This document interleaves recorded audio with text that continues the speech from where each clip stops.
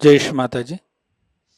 Online उपस्थित सभी सहयोगी भाई बहनों का आज के ध्यान सत्र में हार्दिक स्वागत है। कलेक्टिव बंधन।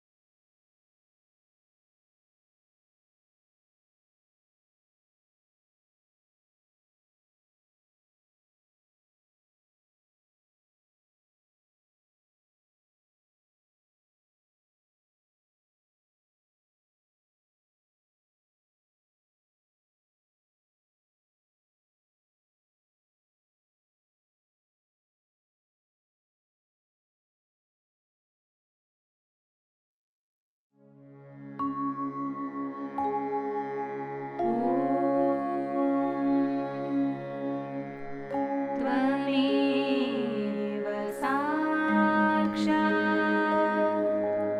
श्री महालक्ष्मी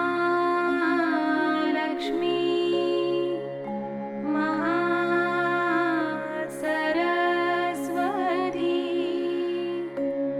महाकाली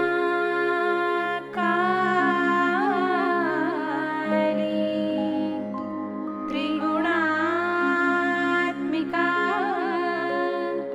कुण्डलिनी साक्षात् श्री आदिशक्ति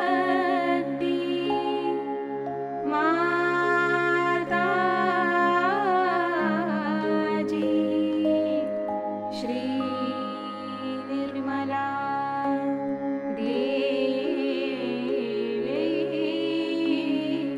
नमो नमः।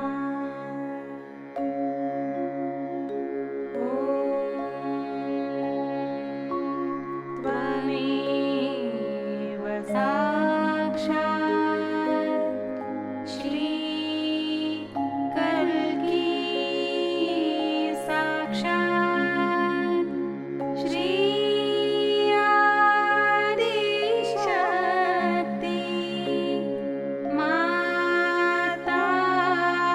माताजी श्री निर्मला देवी नमो नमः।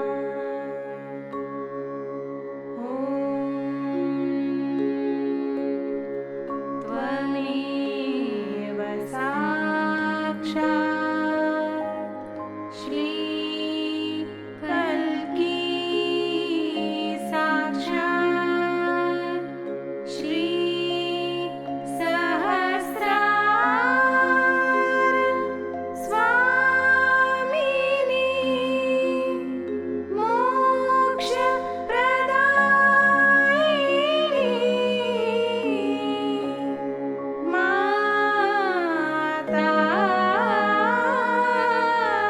माताजी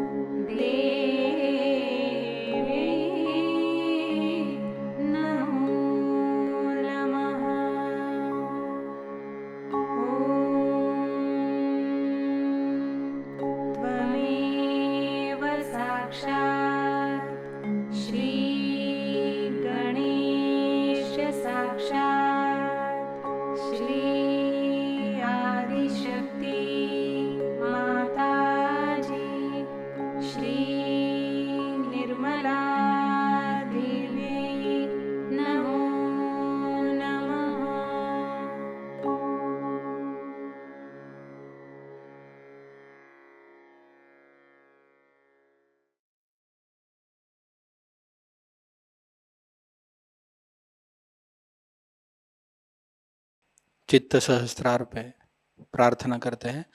परम पूज्य श्री माता जी, कृपा कर हमारे आत्म साक्षात्कार को दृढ़ कीजिए, हमें पूर्ण संतुलन प्रदान कीजिए।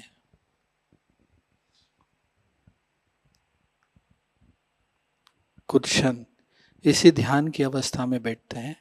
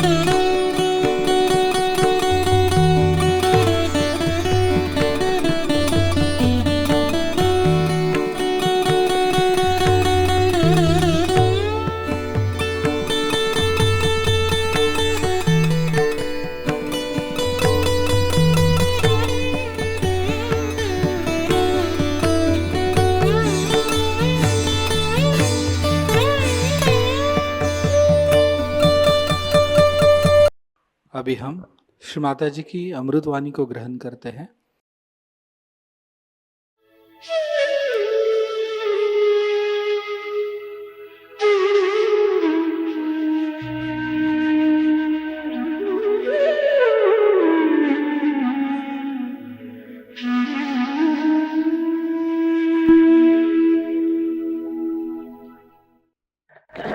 जयपुर के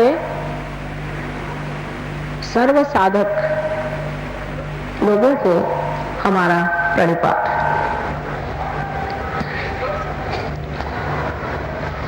साधक वही होता है जो कुछ साध लेता है।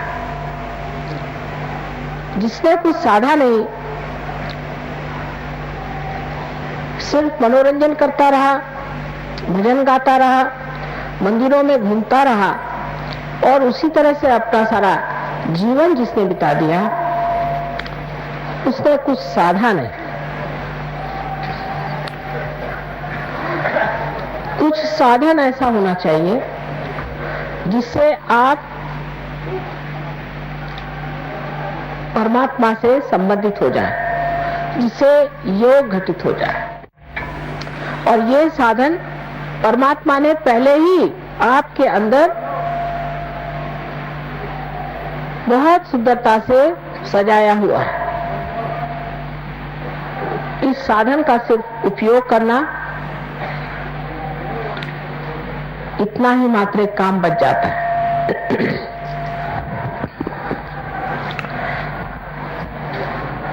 हमारे अंदर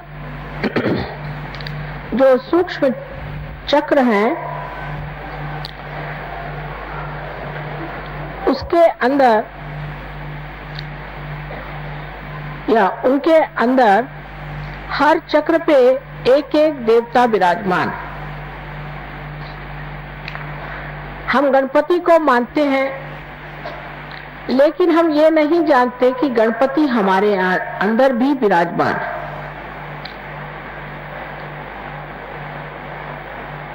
हम विष्णु को मानते हैं, लक्ष्मी विष्णु दोनों को ही मानते हैं, लेकिन ये नहीं जानते कि वे हमारे अंदर विराजमान है।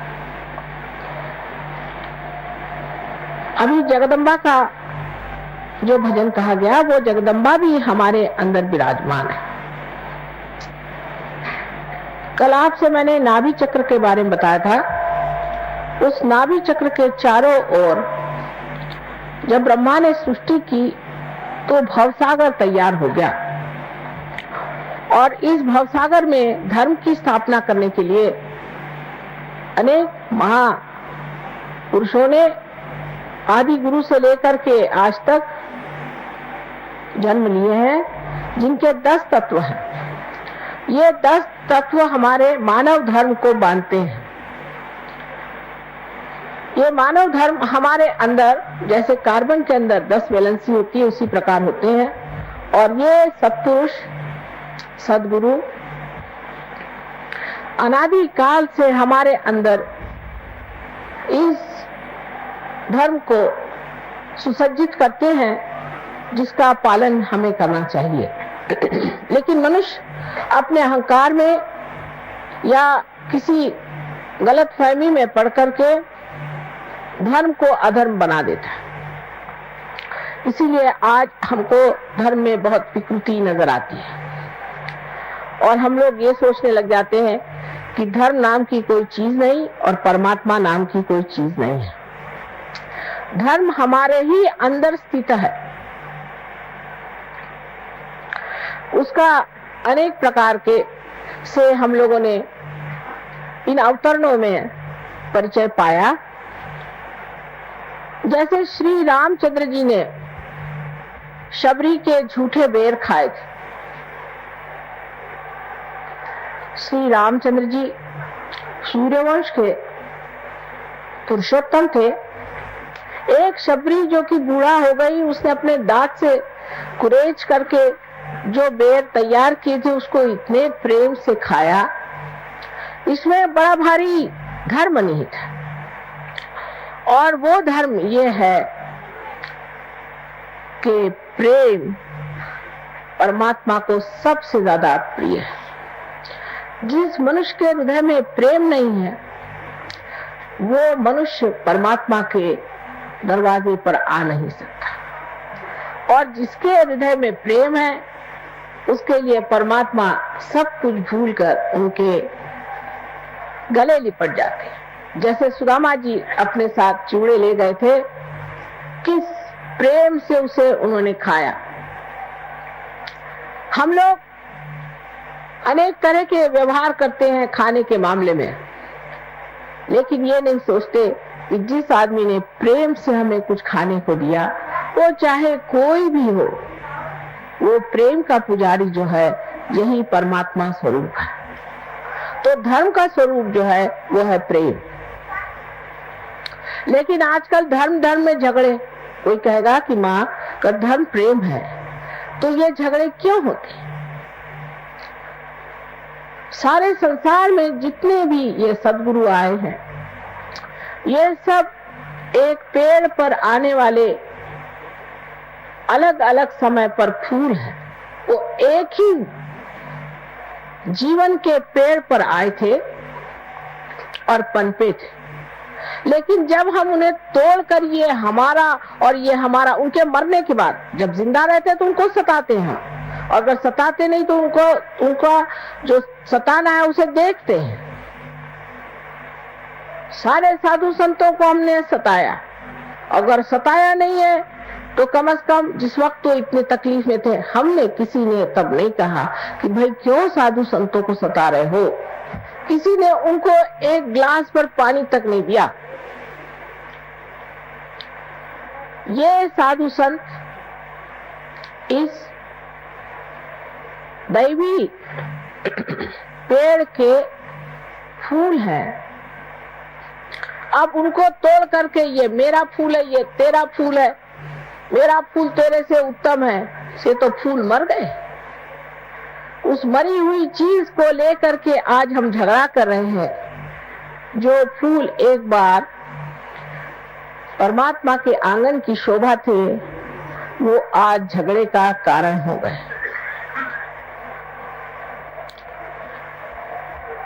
सो ये सारा धर्म जो है वो प्रेम का धर्म है, क्योंकि सारी शक्ति ही परमात्मा के प्रेम की है। अगर परमात्मा हम लोगों को प्यार न करते तो वो इस सृष्टि की रचना ही न करते। लेकिन हम अपने को प्यार नहीं करते, हम अपने को झुठलाते हैं, अपने को कैद करते हैं, अपने ऊपर अपने ही विचारों को बांध करके कि ये मैं करूंगा, ये मेरा है, ये मेरा विचार है और यही सत्य है। इस तरह की धारणा ले करके हम जब अपने ही को किसी कोठरी में बंद कर लेते हैं, तब दूसरे भी दूसरे कोठरी में बंद होकर के चिल्लाते रहते हैं। प्रेम में मनुष्य स्वतंत्र हो जाता है, स्व का तंत्र जान जाता है। इसलिए धर्म ये प्रेम है। अब किसी किसी जमाने में ऐसा समय आया कि जहां हिंसा को भी करना पड़ा। जैसे श्री कृष्ण ने युद्ध में अर्जुन से कहा कि ये तो सब पहले से मरे हुए हैं और तू इन सबको मार। उन्होंने कोई आजकल की अहिंसा नहीं सिखाई कि कीड़े मकोड़ों को बचा के रखो। क्या मैं कीड़े मकोड़ों को कुंडलिनी जागरण देने वाली हूँ जो कीड़े मकोड़े बचाते रहते हो? उन्होंने कहा इनको मार, तेरे जो गुरु हैं उनको भी तुम मार। उस वक्त देखिए धर्म को समझना चाहिए पूर्णतः। उस वक्त आपको कर्ण का किस्सा मालूम है कि कर्ण का पांव जब रथ में अटक गया और अर्जुन ने अपना गांडी उसके ऊपर उठाया, उसने कहा देखो मैं वीर हूं और तुम भी वीर हो, और एक वीर पर निशस्त्र आप हमला नहीं कर सकते। तब कृष्ण ने अपनी उंगली आगे करके कहा कि जिस वक्त द्रौपदी की लाज लूटी जा रही थी तब तुम्हारी वीरता कहाँ गई थी? मार इसे। अहिंसा नहीं सिखाई थी, दुष्टों की हिंसा ही सिखाई।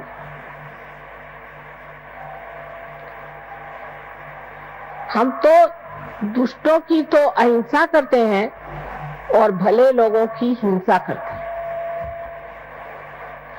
हमारे यहाँ बहुत से ऐसे लोग हैं कि वो कहेंगे कि साहब हम तो कीड़े मकोड़े बचा के रखते हैं, लेकिन अगर किसी के घर पे कुर्की लाना है तो उसकी बीवी बच्चों को बाहर निकाल के खड़ा कर देंगे।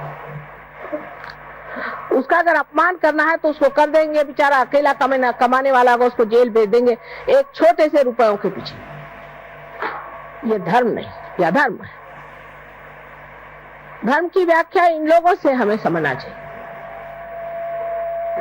हमारे सामने ये अवतरण आए जिन्होंने हमारे अंदर एक चक्र तो बनाए, लेकिन इन्होंने हमारे सामने आदर्श भी रखे जिनको हमें समझना चाहिए।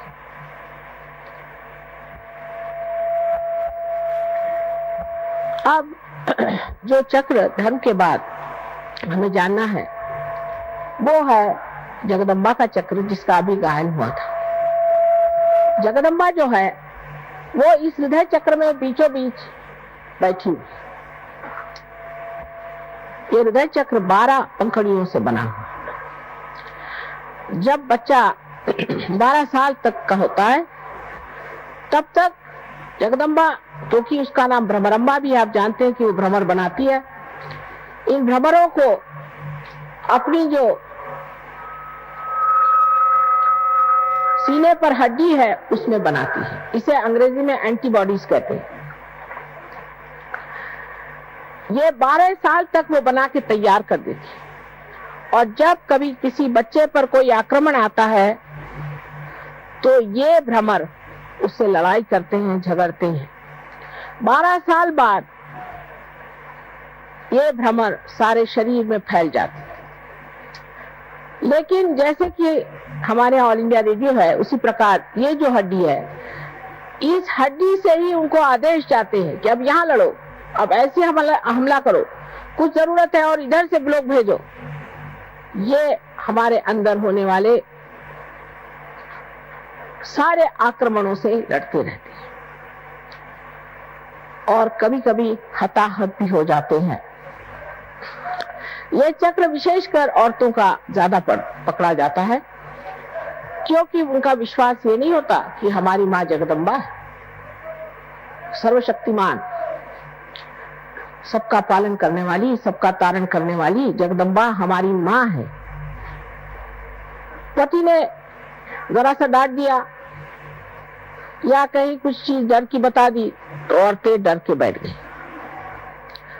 जिस देश में पद्मिनी जैसी वीरांगना हो गई, उन वीरांगनाओं का आपके सामने स्वयं आदर्श है, वो तो जीवित आदर्श है इतिहास में। लेकिन आजकल की औरत जो है बड़ी डरपोक है, और उसे आदमी भी जरूरत से ज्यादा दबाते हैं और उसकी परवाह नहीं करते। उस वक्त उसका ये चक्र पकड़ जाता है और उससे ब्रेस्ट कैंसर की बीमारियां ज्यादातर होती हैं। ये चक्र आदमी में भी पकड़ जाता है। जब पकड़ जाता है तो वो डरपोक हो जाता है, बहुत डरता है, और छोटी छोटी बात में उसे डर लगता है, झिझक लगती है, हाथ उसके थरथराते हैं, पैर उसके थरथराते हैं, किसी भी काम में पड़ता है तो डरते रहता है। जगदम्बा ये शक्ति है। ये देखिए उस जगह बैठी हुई है जहां पर कि भवसागर में से लोग भक्तगण ऊपर आना चाहते हैं, तो देवी उनकी रक्षा भी करते हैं और उनको मदद करके ऊपर खींच लेते हैं। आप जानते हैं कि देवी ने अनेक बार इस संसार में जन्म लिया। आपके राजस्थली में भी उन्होंने सती रानी बनकर थोड़ी सी देर के लिए चमक दिखाई, और यहाँ के राजा लोग सभी शक्ति के पुजारी हैं। ये सब होते हुए भी एक तरह की भीरुता, डर मनुष्य में बैठा हुआ। सत्य को डर नहीं होना चाहिए। जो आदमी सत्य पे खड़ा होता है वो किसी से डरता नहीं। सारे संसार के सामने सम्मुख होकर के वो जो सत्य बात है उसे कहता है। 1970 में मैंने मुंबई में एक बहुत बड़े जहांगीर कावस जी हॉल में जितने भी राक्षसों ने जन्म लिया है उनका सबका नाम और उनका पहले का नाम सब बताया। किसी ने न मुझ पर केस करी और ना ही कोई मेरे ऊपर आफत लाए। एक साहब ने कहा माँ आपको गोली से उड़ा देंगे। मैंने लाओ तो सही, कौन गोली मारने वाला है, मैं देखती तो हूँ। थर कांप उठेंगे। ये माँ की शक्ति होते हुए भी हम लोग इस कदर कायर और डरपोक हो गए। इसकी वजह ये भी है कि वीरता को हमने जाना नहीं, शूरता को हमने समझा नहीं, और सत्य का हमने मान नहीं रखा। असत्य पे चलने वाले लोग डरपोक होते हैं।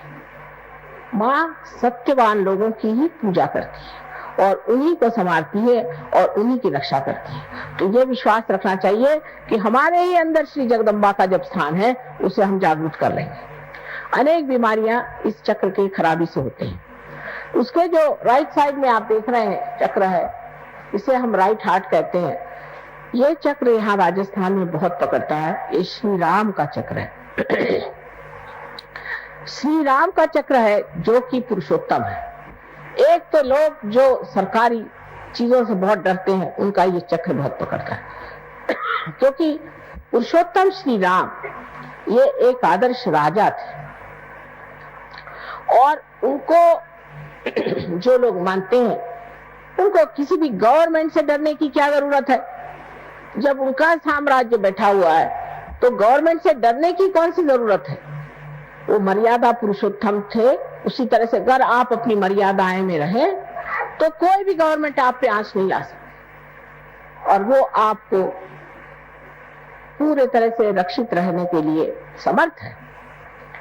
इस चक्र को पकड़ने से मनुष्य को आस्मा की बीमारी हो जाती है।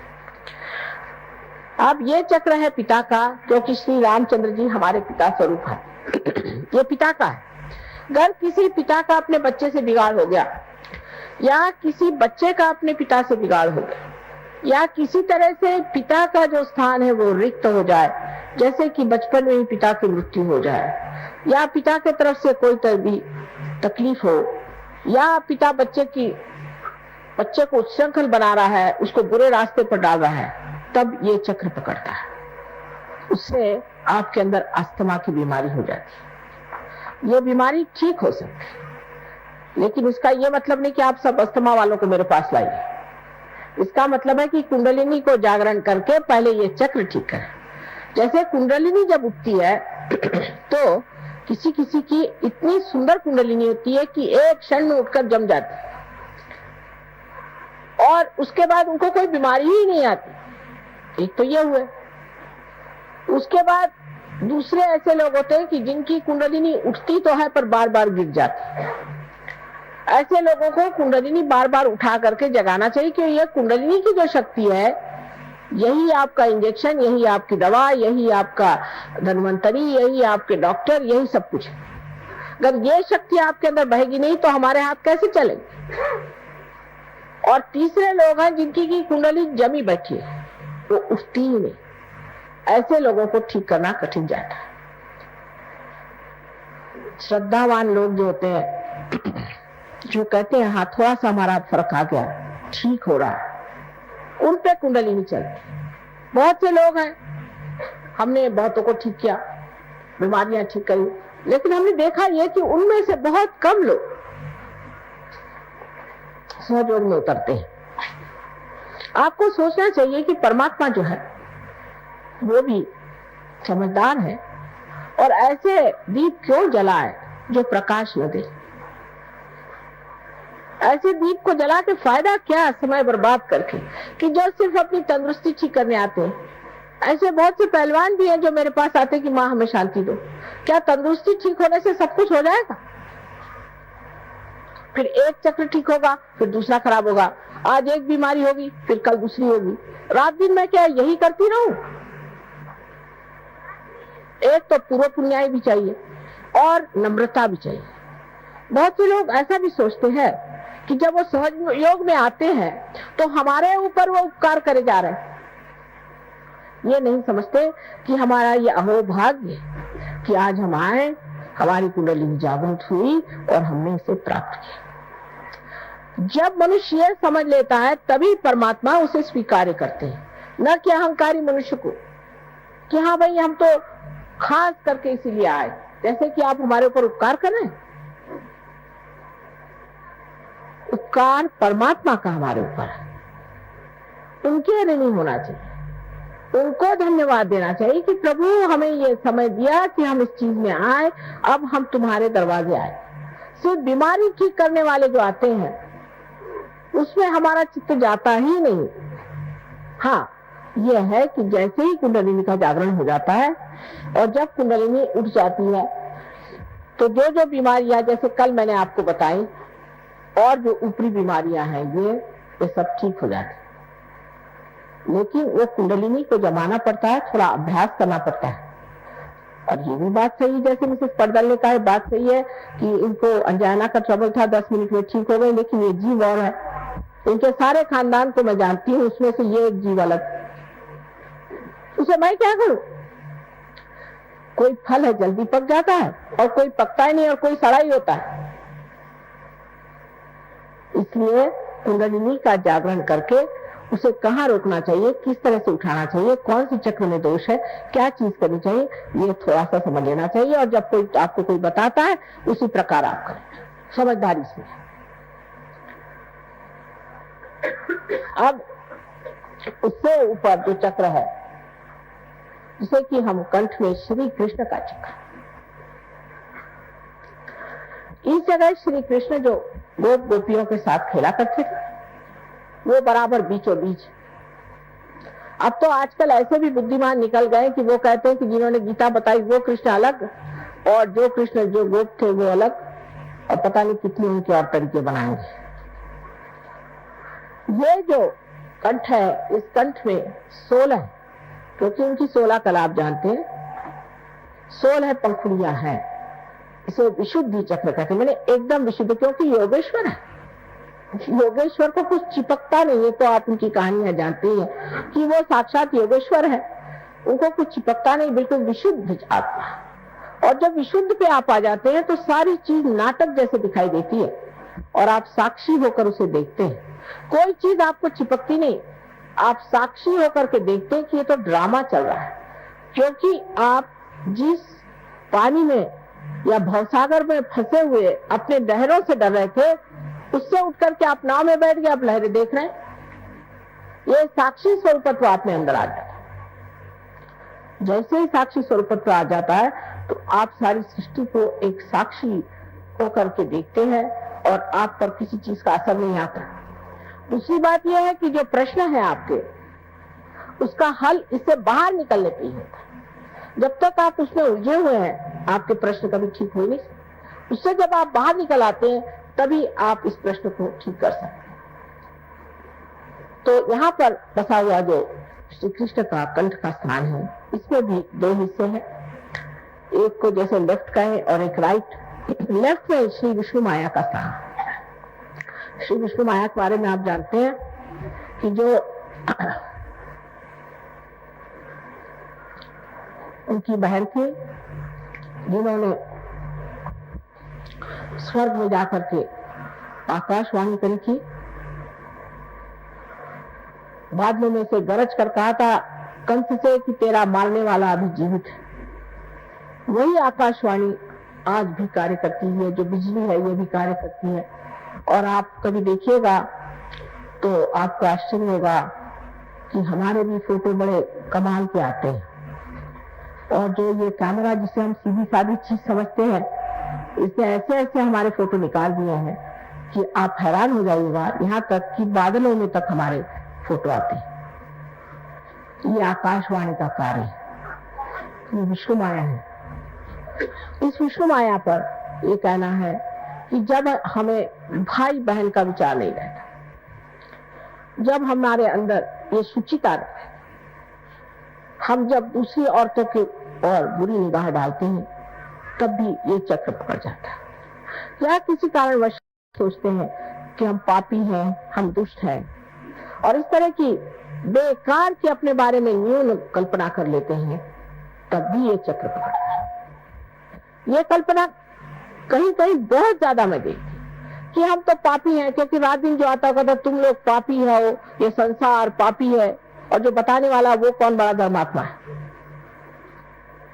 ये सब बातें सुन सुन के मनुष्य अपने को इतना नीचा गिरा लेता है कि उसकी ये लेफ्ट विशुद्धि पकड़ती है, और इसके पकड़ जाने से अगर हृदय में भी पकड़ आ जाए तो अनजाना जैसी बड़ी घातक बीमारियां हो जाती है। रात दिन कभी पत्नी, कभी पति, कभी घर, कभी समाज, किसी भी औरत में यह हमेशा बढ़ते रहता है कि तुम बड़ी खराब। उस वक्त ये चक्र पकड़ जाता है और इससे अनेक बीमारियां हो जाती, पर सबसे घातक बीमारी इसकी अनजाना की है। दूसरी जो राइट साइड है, उसमें हम जिसे महाराष्ट्र में विट्ठल कहते हैं, और जिसे आप कहिए कि द्वारिका में बसे हुए श्री कृष्ण जहाँ राज्य कर रहे थे, उनका स्थान। तो जब गोप गोपी बन के यहाँ रहते थे, तब उनका बीचों बीच स्थान है, और जब वो राज कर रहे थे द्वारिका में, तो उनका राइट, और जब लेफ्ट में आप देखते हैं तो उनकी जो शक्ति स्त्री है, वो उनकी बहन है। बीचों बीच में श्री कृष्ण की राधा, और इधर उनकी रुक्मिणी, उनकी पत्नी जो थी, वो उनकी शक्ति थी। ऐसे ही मैंने आपसे कल बताया कि 5 शक्तियां वो और 16,000 और शक्तियां सारी श्री कृष्ण की यहाँ विट्ठल के स्थान पे है। लेकिन इसमें भी इतने दोष आ गए कि विठल की मूर्ति पंढरपुर में उनका साक्षात हुआ, जैसे आपके गोविंद महाराज की यहाँ मूर्ति आई है स्वयंभू। उसके बाद लोगों ने वहां पे अपना धंधा शुरू किया और एक एक महीना मुंह में तंबाकू डाल के विठल विठल विठल करते हुए पैदल जाते थे। अब तंबाकू जो है ये कृष्ण के विरोध में, उनको बिल्कुल तंबाकू नहीं पसंद। जो लोग तंबाकू खाते हैं उनका ये चक्र खराब हो जाता है, या जो तंबाकू पीते हैं उनका ये चक्र खराब हो जाता है, और इसीलिए उनको कैंसर की बीमारी होती है। इसका इलाज है आप अजवाइन की बीड़ी मुंह में लें, अजवाइन का पत्ता जला करके और उसकी बीड़ी फूके, श्री कृष्ण उससे खुश रहते हैं। दूसरा इसका इलाज है कि आप मक्खन को दूध में या पानी में, गर्म पानी में डाल के उसे पिए, उनको मक्खन बहुत पसंद। नाक में आप घी डालें, घी और थोड़ा सा कपूर, क्योंकि कर्पूर गौरव आप जानते हैं तो आप कपूर के बड़े शौकीन हैं, सो कपूर थोड़ा सा डाल करके वो नाक में छोड़ें, कपूर माथे पे लगाएं। जो कुछ श्री कृष्ण को पसंद है वो सारा करने से वो प्रसन्न हो जाते हैं, और आपका विशुद्धि चक्र ठीक हो सकता है, आपका कैंसर ठीक हो सकता है, आपकी सारी तकलीफें ठीक हो सकती है। जब आप सबका गला पकड़ जाता है तो मेरा भी गला पकड़ जाता है, क्योंकि इतनी मेहनत पड़ जाती है इसको ठीक करते करते, तो भी पहाड़ जैसे लोगों की कुंडलिनी कभी कभी उठती ही नहीं, बड़ा प्रयत्न करना पड़ता है। खासकर विशुद्धि चक्र पे ये 3 ऐसे पेंच बैठे हुए, उसमें से ये कि जो लेफ्ट विशुद्धि है, अगर मंत्र वगैरह किसी गलत गुरु से लिए हैं और बक रहे हैं उसको सुबह से शाम तक, तो वो मंत्र भी पकड़ जाता है। इन सब चीजों के लिए उसका इलाज सहयोग में हरेक का मंत्र रूप भी है, आसन रूप भी है, और भी कुछ उसके साथ में थोड़ा बहुत जैसे पानी, जल या चीनी, इस तरह की चीजें दे करके किया जा सकता है। अब आज्ञा चक्र हमारा बीच में, ये महाविष्णु का स्थान, इसका वर्णन हमारे यहाँ बहुत सुंदर देवी महात्म्य में मार्कंडेय स्वामी ने करके रखा है, लेकिन कौन पढ़ता है आजकल देवी महात्म्य, किसको फुर्सत है। ये महाविष्णु का स्थान है, और यहाँ जो 2 स्थान है उसमें इस तरफ बुद्ध और इस तरफ महावीर जी। अब बुद्ध के लोगों ने भी बुद्ध का हाल खराब कर दिया। उन्होंने कहा था कि आप भगवान की बात ही मत करो, पहले ईश्वर की बात मत करो, कोई मूर्ति की भी बात मत करो, क्योंकि जब तक आत्म साक्षात्कार नहीं होता है तब तक लोग न जाने किस किस चीज को पूजेंगे। कोई भी पत्थर देखा उसको पूजने लग जाएंगे, ये क्या जानेंगे कि कौन सी स्वयंभू मूर्ति कौन सी नहीं। तो पहले आत्म साक्षात्कार, आत्म साक्षात्कार, आत्म साक्षात्कार, इसी को पहले जानो। इससे लोग उनको कहते हैं वो अनिश्वरवाद थे, ये बातें, वो बहुत प्रैक्टिकल आदमी थे। शुरू में हम भी यही कहते थे कि बाबा पहले आत्म साक्षात्कार लो फिर बात करें, लेकिन जैसे कल आपने एक महाशय जी को देखा कि ध्यान करते हमें आत्म साक्षात्कार नहीं चाहिए, तो आप तशरीफ क्यों ले आए यहाँ तो सिर्फ आत्म साक्षात्कार का काम है और कुछ। यही बुद्ध ने कहा था कि आप पहले आत्म साक्षात्कार कीजिए। पर जब उन्होंने कह दिया कि किसी चीज की पूजा मत करो, कुछ न करो, आत्म साक्षात्कार को प्राप्त हो, तो इन लोगों ने तरह तरह के उसके ढोंग निकाले और उस ढोंग पे चल पड़े। महावीर जी के लिए क्या कहने, वो तो साक्षात भैरवनाथ जी, बहुत बड़ी चीज। एक बार जंगल में ध्यान करते करते जब लौटे तो उनका आधा वस्त्र कुंज में फंस गया। अब बुरा मत मानिएगा, लेकिन जिस बात का मुझे बहुत ही बुरा लगता है, क्योंकि वो भी हमारे बेटे हैं, तो उनका जब वस्त्र आधा फट गया और वो आ रहे थे, कहते हैं कि कृष्ण ने ही उनकी परीक्षा ली कि भाई तू तो अवलिया है, तू तो अवधूत, तुझे क्या जरूरत, मेरे पास तो एक भी कपड़ा नहीं, मैं नंगा खड़ा हूं, मेरे लिए तेरा कपड़ा दे दे। तो उन्हें एक क्षण भर के लिए उसको कपड़ा दे दिया। वो तो राजप्रसाद में रहने वाले राजकुमार थे, एक क्षण भर के लिए वो छुपा कर चले गए और अपना कपड़ा पहन लिया। आज देखिए कि उनके क्या क्या तमाशे लोगों ने बना के रखे हैं। एक माँ के हृदय से पूछिए, क्या इस तरह से उनके तमाशे बनाने चाहिए? सारी दुनिया भर में उनको इस तरह से घुमाते हैं और रास्ते पर भी इस तरह से घूमते हैं बेशर्म जैसे लोग। ये क्या, उन्होंने महावीर जी ने ये कहा था, अरे महावीर जी हो जाओ फिर देखा जाएगा। इस तरह की अनेक चीजें लोगों ने की है, जिससे कि मेरा हृदय एकदम कभी कभी लगता है कि इन लोगों के पाप कभी धुलेंगे ही नहीं, जिन्होंने इतनी बड़ी बड़ी महान विभूतियों का इस तरह से अपमान खुले आम पत्थरों पे किया, सीमेंट पे किया, हर जगह कर रहे हैं। उनको कैसे परमात्मा माफ कर सकता है?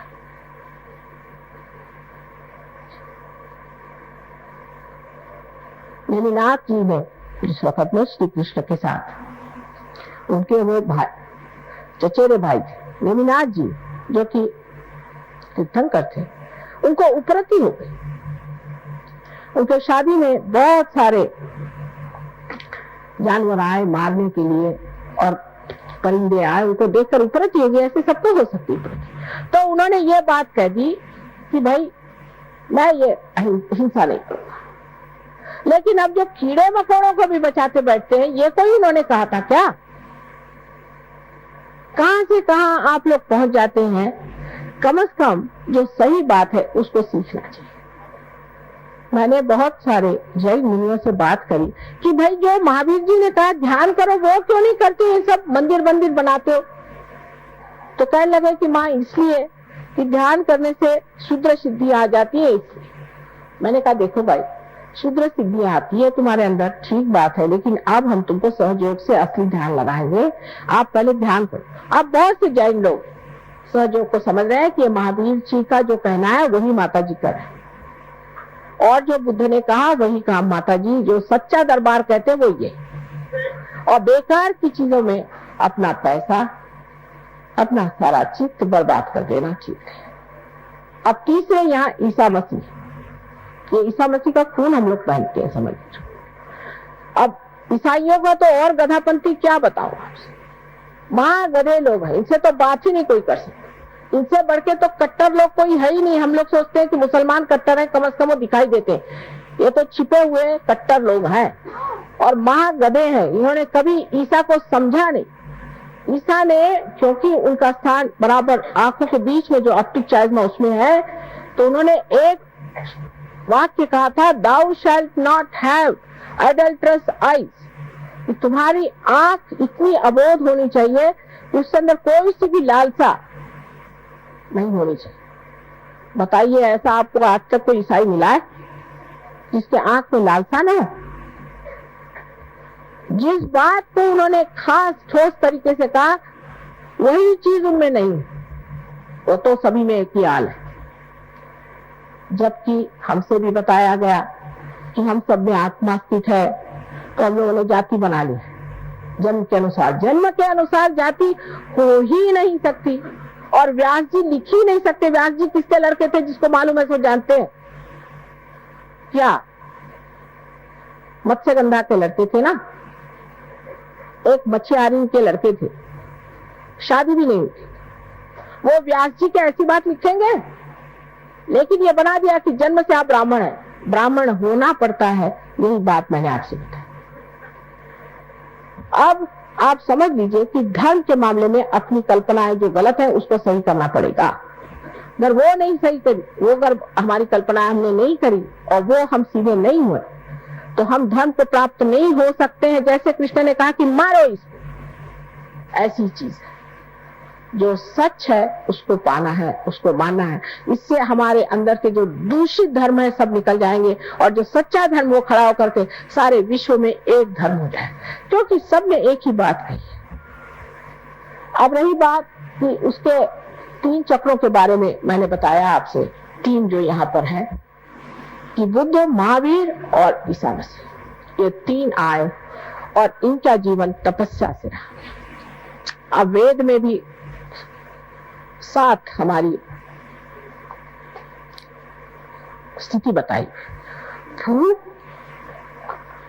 भू माने पृथ्वी, पृथ्वी से बना हुआ श्री गणेश, भूर्व अंतरिक्ष बना हुआ ब्रह्मदेव, ब्रह्मदेव ने अंतरिक्ष बनाया, उसका वो सिर्फ जो तत्व है वो कहते हैं भूर्भुवः स्वाहा। स्वाहा नाभि चक्र पे होता है, जहां हम सब चीज को खा जाते, जहां अग्नि खा जाती, ये लक्ष्मी नारायण जी का स्थान है। भूर्भुवः स्वाहा मना ये माँ का स्थान, जगदम्बा का। जना, जना इसलिए कि श्री कृष्ण ने जन जागरण का विचार किया, जन में उतरे, और इतना ही नहीं, विराट, श्री कृष्ण स्वयं साक्षात विराट है, सारे जन के अंग प्रत्यंग उनके अंदर है, इसलिए वो जन। और तप, इन तीनों ने तप किए हैं, और अब संस्कार पे सत्य है जो आदि शक्ति आपको देती है। इस प्रकार जो उसमें तत्व लिखा गया है वही विशद रूप से भक्ति मार्ग में लोगों ने देवी देवताओं की तरह से वर्णन किया। ये सब की सब सच्चा है, सिर्फ कहीं एक अंग है, कहीं दूसरा अंग है, और एक हाथ को कोई लेकर झगड़ा करेगा और दूसरे हाथ को लेकर कोई झगड़ा करेगा तो उसे क्या कहा जाए? इसे तो दोनों भी हाथ टूट ही जाते हैं और टूट ही गए। साकार निराकार का भी झगड़ा बिल्कुल बेकार। अब सिर्फ सत्य पे आप आइए, आप समझ जाएंगे कि निराकार में साकार कैसे है और साकार में निराकार कैसे है। ये समझने की बात है। लेकिन हम सत्य को वर्ण करेंगे, और सत्य के सिवा मां हम किसी को नहीं जानेंगे, ये कहना चाहिए। आज चक्रों को किसी तरह से थोड़ा बहुत बताया है, संस्कार पे कहने पर बहुत कुछ कहना पड़ेगा, लेकिन इतने थोड़े टाइम में हम आज आपको थोड़ा सा आत्मा के बारे में बताएं। आत्मा हमारे अंदर जो है वो परमात्मा का प्रतिबिंब सब लोग कहते हैं, जिसे हम लोग सदाशिव कहते हैं। सदाशिव है, वो कभी भी अवतरण नहीं लेते। उनका जो प्रतिबिंब हमारे अंदर है वो आत्मा है, और उनकी जो शक्ति इच्छा शक्ति है, जिसे हम आदि शक्ति कहते हैं, उनका प्रतिबिंब हमारे अंदर कुंडलिनी है। इस कुंडलिनी का और इस आत्मा का जब मेल घटित होता है तभी योग घटित होता है। ये एक घटना है, ये होना पड़ता है, ये कोई सिर्फ बात नहीं कि आपको सर्टिफिकेट दे दिया हाँ आप पार हो गए, सर पे आप लगा घूमिए साहब हम तो आत्म साक्षात्कारी हैं, हम फलाने हैं, हम ढिकाने, इससे नहीं। जब ये घटना घटित होती है तो आत्मा का प्रकाश आपके चित्त में आ जाता है। चित्त में आत्मा में आने से, जैसे अभी डॉक्टर साहब ने मेरे आते आते कहा कि आप माँ के सामने आते ही माँ आपके बारे में जान जाती, क्योंकि मेरा चित्त जो है वो अगर आलोकित है तो मैं सब आपके बारे में जानी जाऊं। अगर मेरा चित्त अगर चारों तरफ है और उसमें अगर आलोक है तो उसमें मैं जानी जाऊंगी कि आप क्या। जब आपका चित्त आलोकित होगा तो आप भी जान जाइएगा कि सत्य क्या है। जैसे एक आदमी बहुत बढ़िया प्रवचन देते हैं, बहुत अच्छा भाषण देते हैं और काफी नाटक भी कर सकते हैं, और लोग सब उनके ऊपर बिल्कुल क्या गुरु महाराज। पता हुआ कि जेल से अभी छूट के आए 10 महीने पहले। ऐसे रोज ही क्या आपको, आप जरा अंदर आ जाइए, क्योंकि वो क्या हो रहा है, डिस्टर्ब हो जाता है। अंदर आ जाइए, बच्चों को भी कहे इधर से आ जाओ, झांकने की कोई जरूरत नहीं। तो इस तरह के रोज के अनुभव आते हैं कि आज एक बाबा जी आए, कल दूसरे बाबा जी आए, वो इतना रुपया लेके चले गए, वो आए वो इतना हमारे से धन धाने ले गए। सारे आजकल तो जैसे कुछ पता नहीं इनकी कहीं से, जैसे कि बरसात में मेंढक बोलते हैं, इसी तरह से बाबा जी लोग आजकल सब जगह बोला करते हैं। आज भी हमने देखे कि इनके बाबा जी, उनके बाबा जी, जिस गांव में जाती नए नए बाबा जी सुनाई देते। तो आत्मा से ही आप जान सकेंगे कि ये आदमी सच्चा है या झूठा है, क्योंकि ये संपूर्ण तत्व है, एब्सोल्यूट जिसको कहें। उसमें दो चीज नहीं, वो केवल है, उसमें दो चीज नहीं है। कि जैसे कोई आदमी है, उसको हमने देखा, ऊपर से हम कहे न कहे, लेकिन हम जान गए कि क्या है, जो जान गए सो ही सही है। आप कहेंगे कि साहब ये कैसे? क्योंकि जो जानने वाला है वो आत्मा है, वो केवल ज्ञान जानता है, केवल ज्ञान, वो अज्ञान नहीं जानता।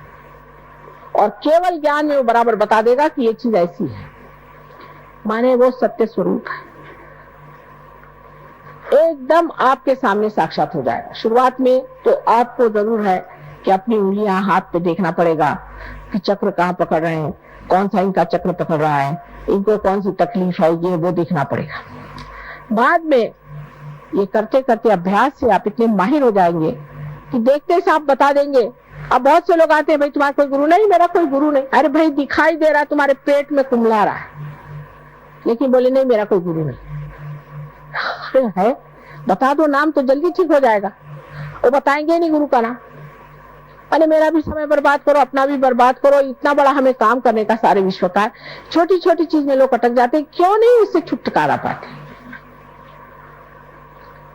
इस तरह से जब आप अपने सत्य को जानते हैं तो आश्चर्य होता है आपके अंदर। आप देखते हैं कि मेरे अंदर भी ये कैसा दोष आ गया, ये कहां से आ गया। जैसे आज एक लड़की से हम बात कर रहे थे कि भाई तुम्हारे लिवर की शिकायत है और तुम इतनी छोटी लड़की, बहुत जो आदमी सोचता है उसको लिवर की शिकायत हो जाती। क्या तुम तला हुआ खाना बहुत खाती? नहीं, मुझे अच्छा ही नहीं लगता। तो मैं पैदा हुई तभी से मुझे। क्या तुम्हारी माँ शराब पीती थी? नहीं, शराब नहीं। बाप मेरे शराब पीते थे। तो मैंने देखा यह है कि शराबी बाप का बच्चा जो होता है उसका लिवर बचपन से ही खराब होता है। तो आप पहले ही वरदान बच्चे को दे देते, उसका लिवर पहले ही बचपन से ही खराब होता है, पैदा होता है तभी से उसको जॉन्डिस हो जाएगा। अगर बाप शराबी है तो, अगर बाप का लिवर खराब है तो, माँ का लिवर खराब है तो बच्चे का भी लिवर खराब हो जाएगा।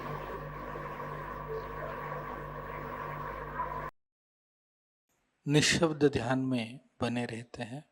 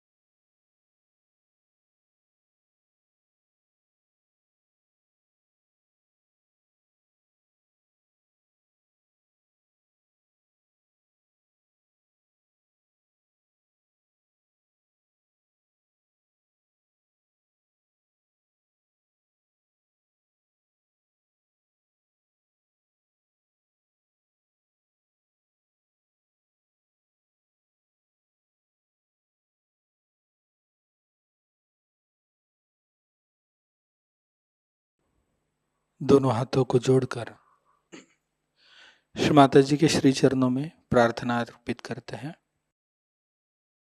परम पूज्य श्री माता जी, आज का यह सामूहिक ध्यान हम आपके श्री चरणों में समर्पित करते हैं। श्री माता जी, आज की अमृतवाणी में आपने जो हमें ज्ञान प्रदान किया है, कृपा कर वह हमारे अंदर घटित हो जाए।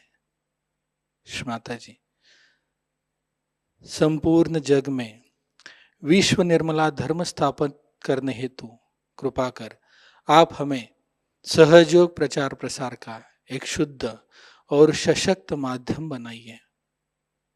परम पूज्य श्री माता जी, कृपा कर हमारी सभी प्रार्थनाओं को स्वीकार कर हमें आशीर्वादित कीजिए। नमस्कार कर कलेक्टिव बंधन लेते हैं।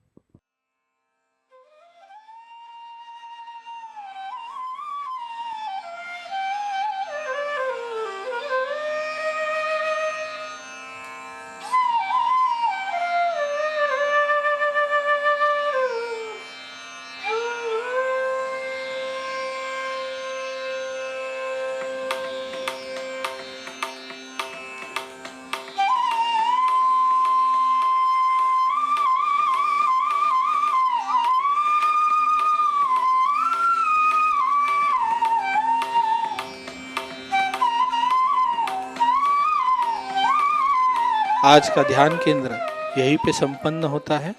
आप सबका हृदय से धन्यवाद। जय श्री माता जी।